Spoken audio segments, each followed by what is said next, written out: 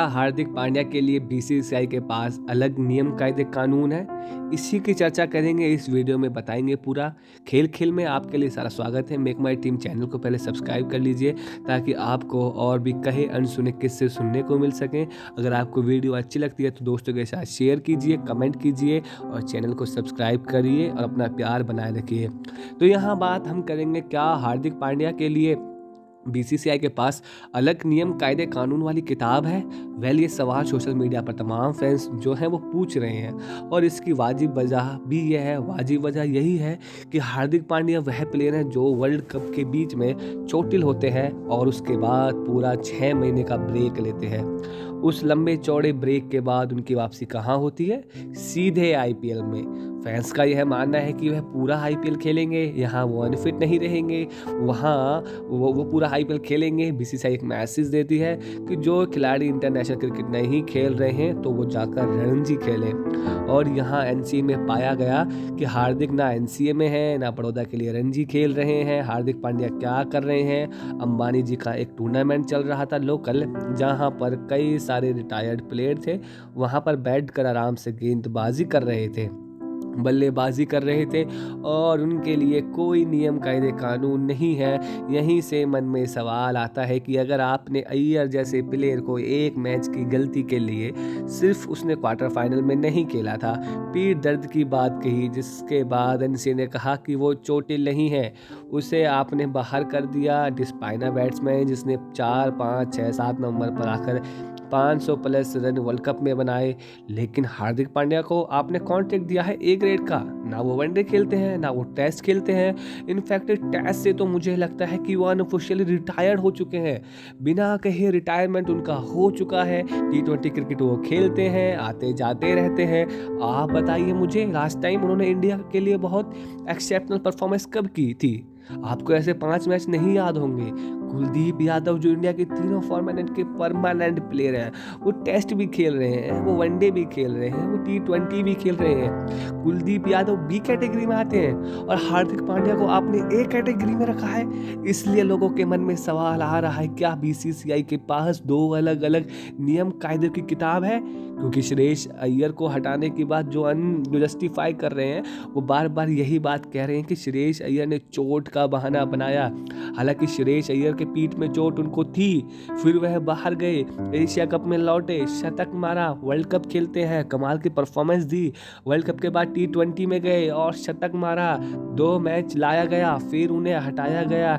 फिर उसके बाद साउथ अफ्रीका गए, वाइस कैप्टन बने, T20 में शतक मारा, 2 टेस्ट मैच में फ्लॉप हुए थे। आपने कहा जाइए, इन्होंने ब्रेक लिया, लास्ट ईयर आईपीएल नहीं खेला था, इस साल आईपीएल में वो कैप्टन है। फिर वो एक मैच के बीच में शोर शराबा शुरू हुआ तो उन्होंने कहा कि जी मैं रणजी खेलने जा रहा हूँ, मुंबई का जो मैच है सेमीफाइनल में मैं खेलूंगा।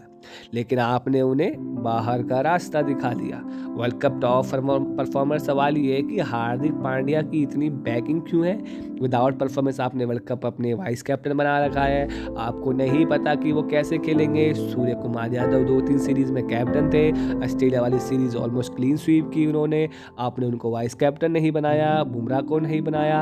आप हार्दिक को बैक कर रहे हो, कुलदीप को बी कैटेगरी में आपने डाल रखा है, जबकि ऑल फॉर्मेट प्लेयर है। हार्दिक पांड्या को अपने कैटेगरी में डाला है। एक कैटेगरी में जो प्लेयर है उसमें नाम है शुभमन गिल। एक कैटेगरी वाले प्लेयर में नाम है शुभमन गिल का, वो तीनों फॉर्मेट खेलते हैं। राहुल का नाम है, वो तीनों फॉर्मेट खेलते हैं। सिराज का नाम है, वो तीनों फॉर्मेट खेलते हैं। शमी का नाम है, वो तीनों फॉर्मेट खेलते हैं। हार्दिक पांड्या तीनों फॉर्मेट नहीं खेलते हैं, वो सिर्फ एक फॉर्मेट खेलते हैं और उनको आप लगातार बैक कर रहे हो। सवाल यहाँ पर हार्दिक पांड्या को लेकर नहीं है, सवाल यहाँ पर नियम कायदे कानून को लेकर है। नियम कायदे कानून के तहत आप नियम एक बनाते हैं, चाहे वो जिसके लिए हो, चाहे वो रोहित शर्मा हो, विराट कोहली हो या किसी के लिए हो।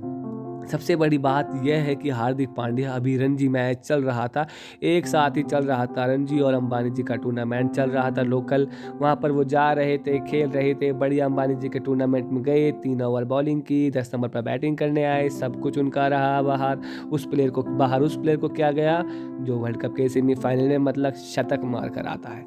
मेरे हिसाब से यह थोड़ा इनजस्टिस मुझे लगता है, इसलिए मेरे मन में सवाल है कि हार्दिक को लेकर यह है मेहरबानी की वजह क्या है। वनडे के लिए वन वीआई पाटिल स्टेडियम में मैच खेलना, बहुत सारे सवाल हैं। अब लेट जस्ट होप कि ईशान किशन और श्रेयस अय्यर के साथ जो चल रहा है वो भी फिक्स हो। लेकिन यह सवाल तो आपके मन में भी आना चाहिए कि अगर जैस ये बात कर रहे हैं तो फिर आपके मन में एक बार तो आएगा थॉट कि यार ये क्यों हुआ, उसके पीछे की वजह क्या है, कोई ऐसा बैक, और अगर यह बैकअप है तो किस चीज़ का बैकअप है, क्या नियम कायदे कानून खिलाड़ी के लिए अलग होते हैं। मतलब बहुत सारे सवाल मेरे मन में आ रहे हैं। हालांकि सवाल शमी को लेकर भी है। शमी भी मुझे लग रहे थे शानदार A+ ग्रेड में जाएंगे, लेकिन वह नहीं गए। रोहित, विराट, बुमराह, जडेजा, ये 4 लोग थे। लेकिन हार्दिक वाला जो कनेक्शन लगातार बरकरार है ना, अब वो कनेक्शन है कि आप जब गलतियों पे लोगों को निकाल रहे हैं तो फिर हार्दिक क्यों नहीं, आपने क्यों हार्दिक को लेकर एक्सेप्शन मान लिया है कि वो रेड बॉल क्रिकेट नहीं खेलेंगे। और चलिए ठीक है, अगर वह नहीं खेलेंगे तो वह A कैटेगरी डिज़र्व करते ही नहीं। जब कुलदीप जैसा प्लेयर B कैटेगरी में है, सो यह कन्वेक्शन है। हालांकि इनका जवाब किसी के पास नहीं है। ये कनेक्शन आप अपने आप में इम्पोर्टेंट है।